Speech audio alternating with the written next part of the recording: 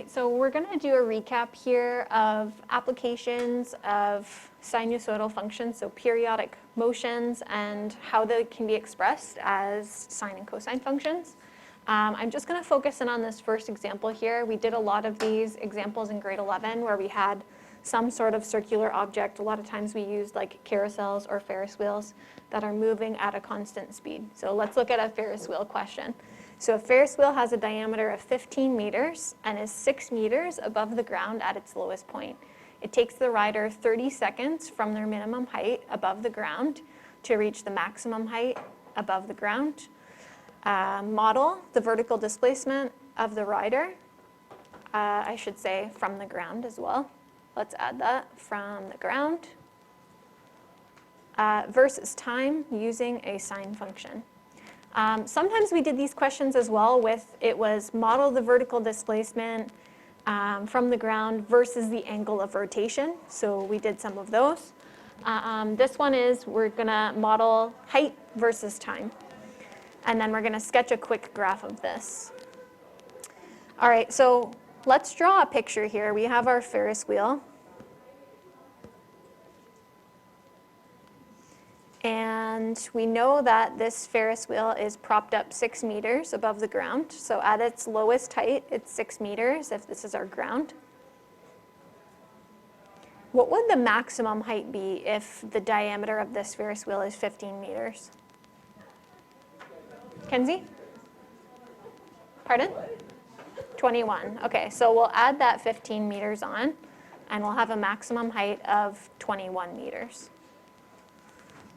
What about this like middle height that happens here? How could I figure that middle height out? Serena? Oh wait, sorry, what are you asking? What this height is, the middle height. You just do the diameter, and then, just the diameter. So this whole thing is the diameter, right? So you're talking about half? That's part of it. And then we also know that the bottom is propped 6 meters up. Bella, add to that?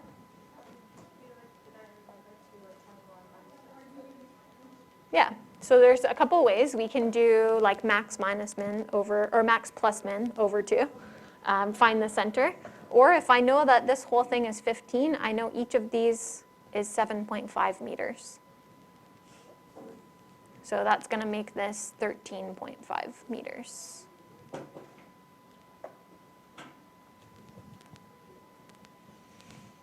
All right, so we've got all of our heights here. It takes the rider 30 seconds from their minimum height above the ground to reach the maximum height. That's telling us a little bit of information about the period, but we need to use our common sense and get more from that. So if the rider starts at their minimum height and they ride around and it takes 30 seconds to reach the maximum height, how long is a full cycle going to take? Emma? Okay, so a full cycle, or in other words, the period, I just wrote full cycle, which should equal our period, right? That's what the period is. It's the length of one complete cycle. That's going to take 60 seconds. Okay, and I know that because the question tells me 30 seconds from the minimum to the maximum. So from minimum all the way back around to minimum, that must take 60 seconds. Okay, and we're going to, the question does tell us that they go from their minimum height up to their maximum height, so we're going to say they're going to get on at the minimum height. So this is the start right here. Okay, and that usually makes sense as well because on a Ferris wheel, we're going to get in at the bottom, right? And then we'll get rotated up to the top. All right, so sometimes I like to sketch first and then decide on the equation after. So I'm just going to create a general sketch here. This will be time in seconds. And this will be height in meters. And we're going to go between like 6 13.5, and 21 meters here. So I'm just going to kind of mark those off. Okay, and then if 30 seconds is like half of the trip, maybe we should go by like 15-second intervals on the x-axis. That might be best, or you can go by tens if you want to do that. But I think 15s will probably be good for us since the whole thing takes 60 seconds.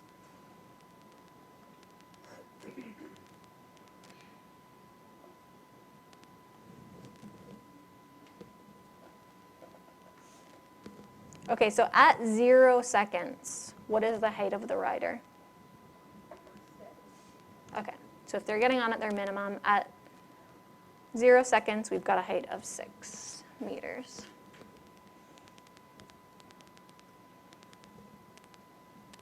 If you want, you can create like a set of points over here too. We've got 0 at 6 meters. This will be x, this will be y.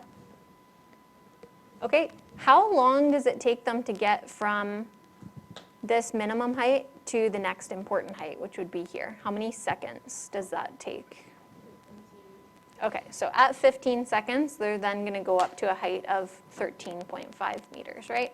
15 seconds, 13.5 for the height.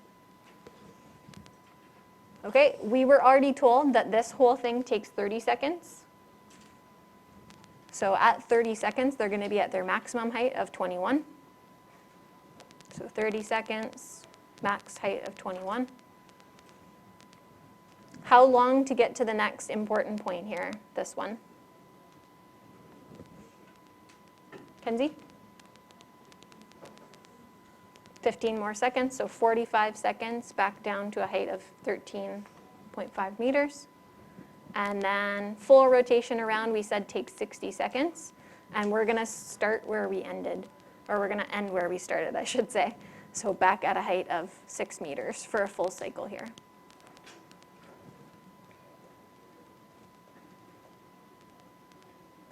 And then if we wanted to, we could do another rotation around. It will just repeat the cycle.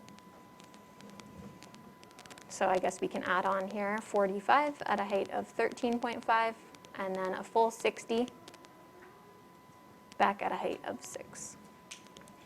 So I find it helpful, just do a quick sketch based on your picture, and then you can come up with the equation after that. Because I think the sketch will actually help us visualize what that equation should be. So I'm going to call the function h at t, height at time. Okay, let's talk about amplitude.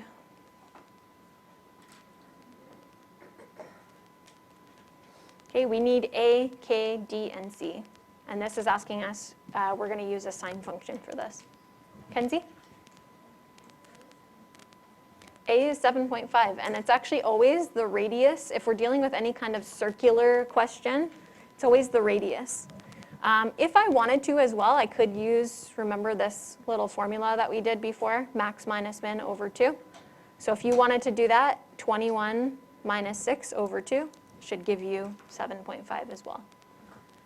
Okay, but again, if it's a circle, the radius of the circle actually ends up being the amplitude of your function. Okay, we're going to create a sine function here. Can we calculate the k value? How would I calculate the k value here? Bella? Okay, so we found the period was 60 seconds, so we're going to do 2 pi over 60. That's going to give us pi over 30 as our k value. So 2 pi over the period, right? I'm going to use t because I said this is h at t, so it's going to be time for x. Phase shift for sine. This is actually the midline right here. So if we look at the midline, the middle value in between the max and min, where is the rising midline happening? Where does it rise up from that middle line? Clayton? At 15 seconds here. So we would say 15 to the right. So I'm going to say minus 15. Okay, and then the last one, the C value. That would be the midline location, right, Surwa? Yeah, so it's going to be this middle location here. Okay, again, we can do max plus min over 2, or we can use our picture here. This will be the midline, the c-value line. It just falls halfway in between the max and min. So that should be our sine function to represent our scenario here. So same as what we did in grade 11, the only difference is the calculation of the k-value now. Okay, can I clarify anything from this question? How I got anything set up for anything? That's the only question with me. Yep. Zach? Is there a midline always be the point, the closest point to the left of like the very top? Yep. It will always be like right to the left of a mountain peak. What would change if I were to express this as in a cosine function? Keaton, what would you change?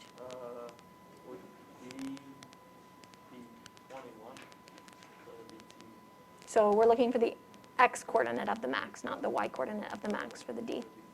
Would be 30. Okay, so I would change this to cos, and I would change this to minus 30 for cosine if I were to switch.